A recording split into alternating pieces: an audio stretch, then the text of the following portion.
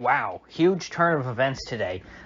Joe Biden came out during a press conference just a few hours ago and said affirmatively he is not walking back his statement on Saturday in Poland, in which he said Putin cannot remain in power. For those of you who don't remember or didn't listen to what I said yesterday, or somehow have been living under a rock and didn't hear about this, Biden made a, quote, major foreign policy speech on Poland and encouraged everyone to tune in for like a couple of days. They were hyping this up. I watched it. There wasn't really anything of substance until he got to the end, in which he said, Putin cannot remain in power, which seems to be a pretty overt call for regime change in Russia. Almost immediately after the speech, the White House issued a statement saying, no, Biden did not call for regime change in Russia. He's being taken out of context.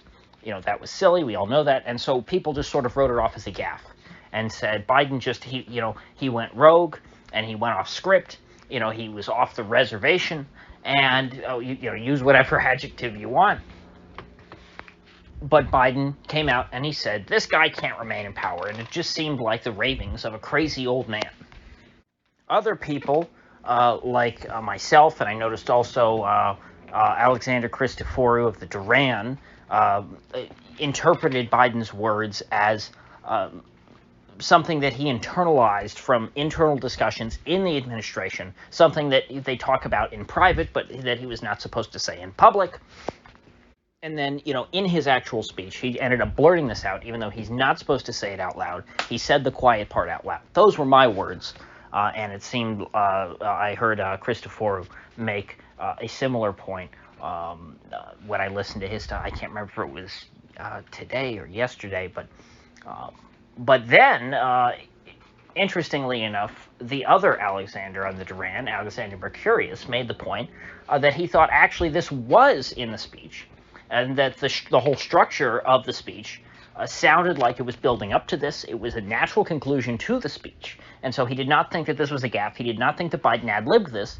He thought that this was just a tone-deaf speech, and that after Biden gave it, the White House realized how bad the reaction to it was, and then tried to walk it back.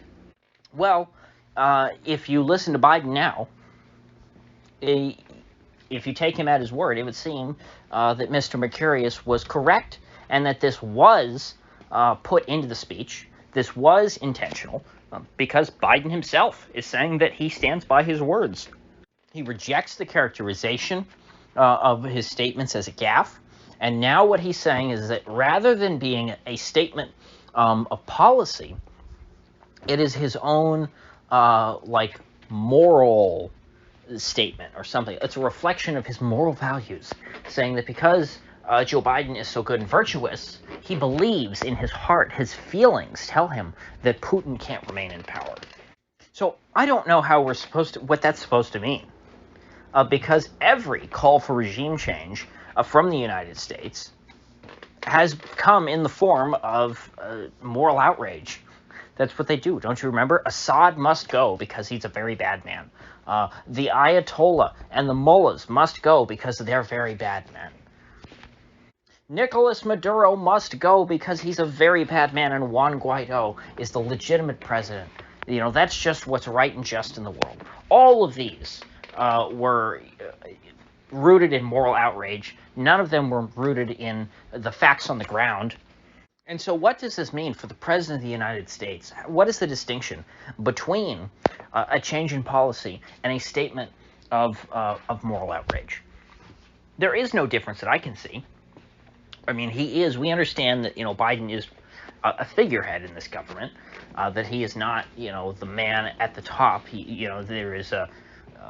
There's a whole cabal of people around Biden who really run this country, and Biden is sort of acting out the role of a president, similar to that of Zelensky in Ukraine. But nevertheless, he speaks as the head of the United States government. And so I don't see how you can distinguish between his moral principles and the current government's moral principles. This is beyond splitting hairs. I really don't know how he can draw a distinction. How can the president of the United States say, gee, personally, I think that we need regime change in Russia. Putin must go. But, in my capacity as the president of the United States, no. I would draw a line there. No, that's not what I want to do as president. I just would rather he was gone. I want him gone. But I'm not going to do anything. I'm not going to say that in any official capacity. It's not like he was giving a speech as the president of the United States. It's not like he was giving a major foreign policy speech. Stating U.S. policy. That was the whole point of the speech. And there was nothing about policy in the entire speech until he got to the end. As I said on Sunday, that was the only policy statement he made. And so what is this nonsense about not wanting to walk back the statement? But he's just denying that it was ever a statement of policy. He's walking back the walk back of his call for regime change. It's just all so stupid, really. Why would the Russians, or anybody else, act any differently when this statement is uttered, whether it is, official U.S. policy or just the personal opinions of the President of the United States? U.S. policy is the personal opinions of the United States, or the personal opinion of the President of the United States. The President of the United States is essentially an elected king. They have near dictatorial powers in the United States. But when it comes to foreign policy, they have flat-out dictatorial powers. Yeah, I know, technically Congress, is the one that declares war. Well, the U.S. has been in a lot of wars over the last few decades. The last time Congress declared war, it was against Germany in 1942. And so Congress has even abdicated that responsibility. Okay? So it is the executive branch that holds all the cards on foreign policy. It's funny watching Western liberals, make fun of the Russians for calling the war in Ukraine a special operation and referring to it as such. And they're saying, why won't you call it a war? And anyone who uses the term special operation, they go, aha, you're a Russian bot because you said special operation. The Ruskies are so afraid of calling this a war. We're going to call this a war to own Putin. It's like, well, our government does the exact same thing. We haven't had a war since World War II. Because officially, under the U.S. Constitution, Congress has to declare war. So the Korean War was not a war. It was the Korean conflict. It was, quote, a police action. The Vietnam War, I don't even remember what they called that. The war in Libya, that was called an overseas contingency operation, if I remember correctly. That's how Barack Obama got around, declaring war on Gaddafi, even though he went to war against Gaddafi. I guess all this is the White House wanted to walk this back. They said, no, it's too humiliating. So they had Biden come out and say, no, I stand by my statement. God damn it. I want that Putin out of there. But that's just my personal opinion. So, it's like, so everybody's supposed to take, it's so stupid. The fact that he said it to begin with was enough. There was no point in walking it back because everybody already heard it. And so this stupid namby-pamby distinction about, oh, it's my opinion versus, oh, it's the policy of the government. It's pathetic. I don't know what else I can say. It's so slimy and just it shows a lack of integrity because you can't take these people at their word. Peter Doocy today, in the same press conference, asked Biden a question. Hey, the White House seems to have to be walking back a lot of your statements today. They had to walk back your statement about U.S. troops being deployed to Ukraine. They had to walk back your statement about seeking regime change in Russia. And then they had to walk back your statement about one other thing that I can't even remember. And Biden said, oh, none of those three things happened. Just didn't happen. Could the messaging of this White House be taken or be any worse? Could they say anything to make us take them less seriously? At this point, you can't accept anything that Biden or anybody in the White House says. Because, if Biden says something, well, the White House might walk it back. If the White House, issues a statement, Biden might contradict that statement. Their words mean nothing. And This is not, when I think back, and I'm not one of these people who has like rose-colored glasses about, the way the U.S. used to be, in the 80s or in the 70s or the 60s or whatever. I don't.